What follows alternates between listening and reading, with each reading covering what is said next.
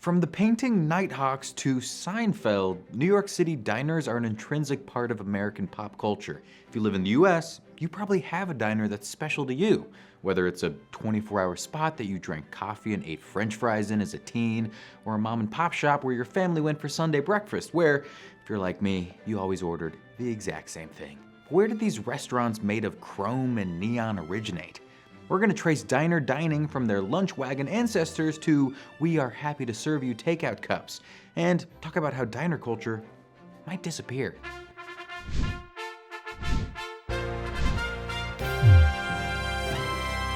Hi, I'm Justin Dodd. Welcome to Food History. Diners began as mobile food wagons that would come out at night to serve simple meals to workers on the third shift. They were literal wagons, carts pulled by horses. Although street food vendors have existed as long as cities have, most had simple setups and sold only one kind of food. Pies and baked potatoes were popular choices, no complaints here, and they operated during the day. The first nighttime food wagon, as far as anyone knows, was started by Walter Scott in Providence back in 1872. Scott sold sandwiches, coffee, and pies out of his repurposed horse-drawn wagon. Scott's mini restaurant on wheels was so successful that he quit his day job as a printer. Soon, many other New England entrepreneurs mimicked Scott's business model.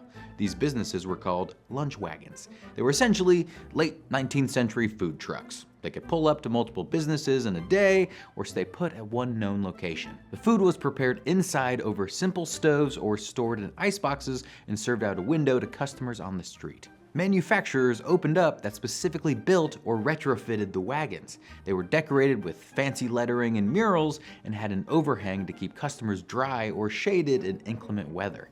In 1887, one entrepreneur added inside seating. The lunch wagons became rolling restaurants, which sounded like a lot of fun and very dangerous. This concept spread quickly with an assist from the temperance movement.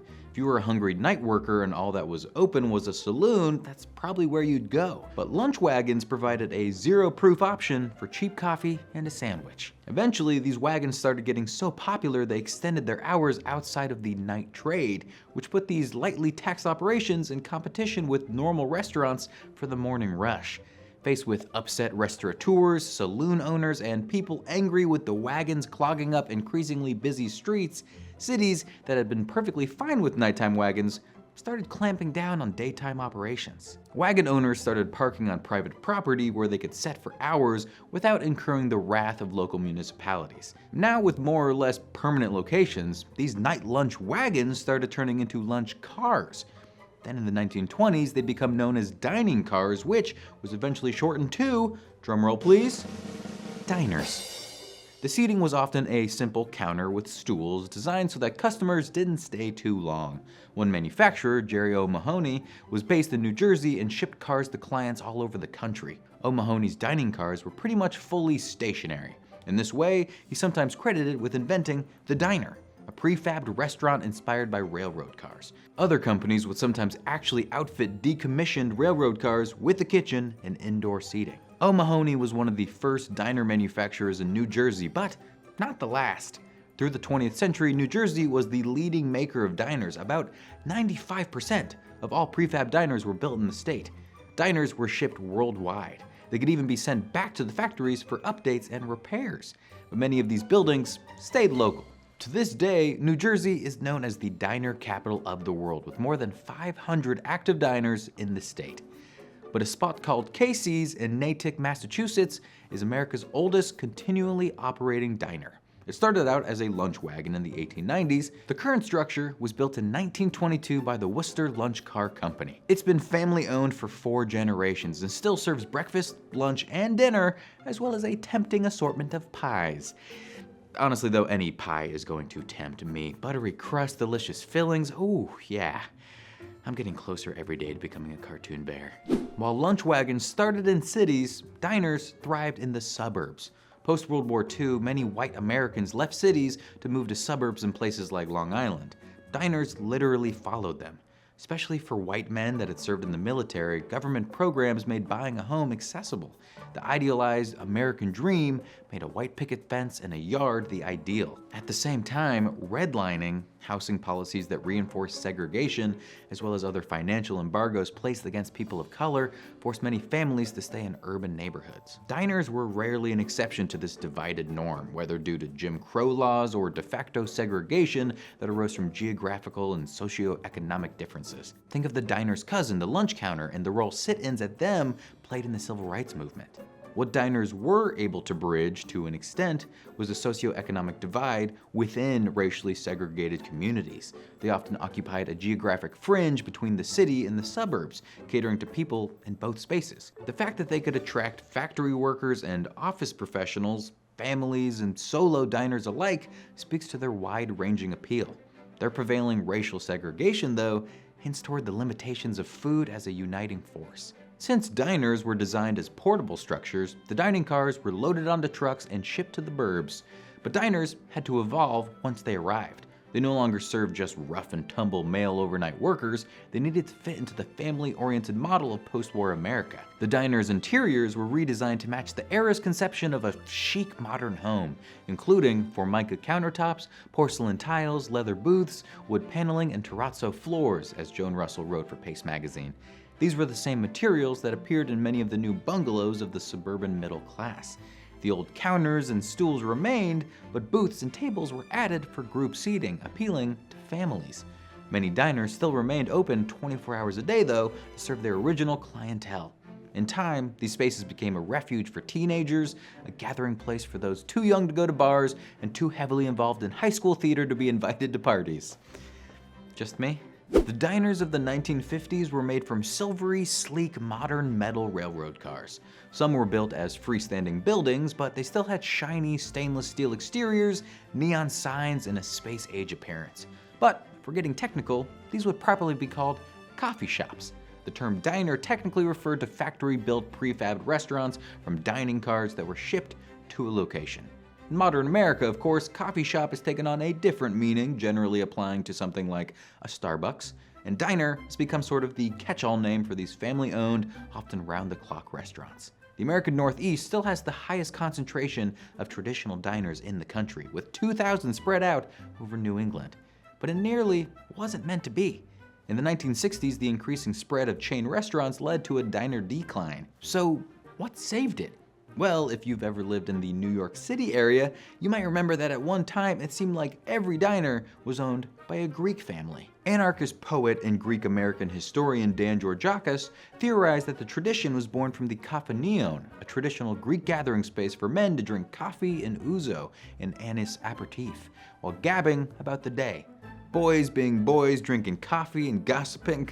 Come on, you love to see it. When Greek immigration to New York started picking up at the turn of the 20th century, these coffee shops came as well, opening in Greek neighborhoods. Although there may be a thematic connection between these spaces and the Greek diners of the late 20th century, it was a second wave of immigrants that largely came after 1965 that made Greek-owned New York diners iconic. Food businesses are traditionally one of the most common ways new immigrants begin to build a life in America. According to WBUR, the National Restaurant Association found in 2016 that 29% of restaurant and hospitality businesses are immigrant-owned, compared to just 14% of all U.S. businesses. A food business doesn't take a ton of money to start and doesn't necessarily require a complete mastery of English to run.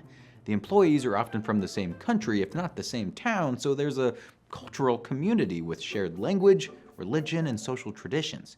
In the case of Greek diners, new immigrants often started in the back washing dishes and worked their way up from busboy to cook to waiter until they had enough money to buy a diner of their own. Both the menus and the interior design of New York's Greek diners are considered iconic. The menus can be bafflingly long, encompassing dishes as far-ranging as pancakes to lobster tails, omelets to spaghetti, moussaka to matzo ball soup, famous oversized muffins to duck à l'orange. As New York Times writer Dina Kleiman noted on the 1991 menu of the Harvest Diner in Westbury, Long Island. One Manhattan diner boasts 220 menu items. You have to satisfy everyone, Harvest Diner owner Charles Sava told The Times.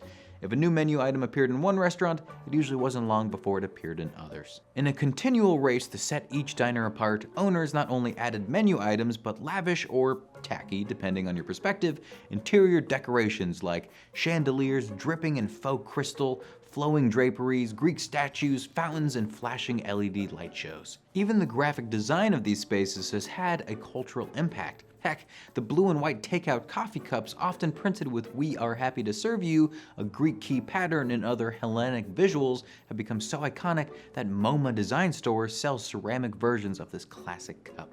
In the first decades of the 21st century, Greek diner owners began to retire and sell off their businesses to newer generations of immigrants, people from South Korea, Bangladesh, Central America, and more. With the rising cost of real estate in the tri-state area, though, some diners are being priced out of existence. Some classic establishments have been torn down for luxury high-rises. Others have been displaced by drugstore chains or banks. Surviving diners face competition from restaurant franchises. And those problems existed before the COVID-19 pandemic, which stopped most of us from dining out. More than half of New York City's diners have closed in the last 25 years. 419 were open in 2019. The full effects of the pandemic are not yet known. Jeremiah Moss, author of the blog Vanishing New York, summed up many New Yorkers' wistful sentiments when he wrote, "It seems the longer you live in New York, the more you love a city that has vanished." But many New York City stalwarts stubbornly remain. B&H Dairy, a kosher dairy restaurant in the East Village that opened in 1938, is currently owned by an Egyptian man and a Polish woman, and is staffed by people from all over the world who wear shirts that boast, "Hala, por favor." One of the oldest continually operated diners in New York is Namwa Tea Parlor, a dim sum shop on Doyer Street that opened in 1920. When you think of diners, your mind might not go straight to dumplings and chicken feet, but this New York institution suggests the expansive culinary traditions that can fit under the ever-evolving diner label. Its classic interior hasn't been significantly updated since the 1960s and has the tile floor, formica tables and counters, chrome stools, and red vinyl booths of a classic diner. It was started by immigrants, offers affordable fare, and, though it's emerged as a destination for tourists, remains enmeshed in its community. In a nod to its New York identity, its Namwa Kwai outpost even introduced the Baogal back in 2017, combining the beloved bao bun with the equally esteemed bagel. For New Yorkers, these diners are places of community and sometimes of celebrity. After all, Seinfeld made the facade of Tom's Restaurant in Morningside Heights iconic. They are family-owned businesses and sometimes refuges for found families. New York City and the country at large is ever-changing. It's hard to say if the diner will survive the next transition, so if you're lucky enough to have a family-run diner in your city or town, make sure to kick them some business. Start a new pancake tradition. End up there after a long night, just like when you were a teen, or give yourself a break from doing dishes on a Sunday morning at a place where you can order hash browns, chicken fingers, and a martini, all from the same comfortable booth. These institutions deserve to see another generation sit at their counters. And don't forget about the pies. We're gonna start 2023 making food history episodes all about beloved dishes. If you have one you'd like us to cover in the coming year, drop it in the comments below. Thanks for watching, and thanks to culinary historian and writer Sarah Lohman for writing this script. We've linked to her book, 8 Flavors, in the description below. See you next time.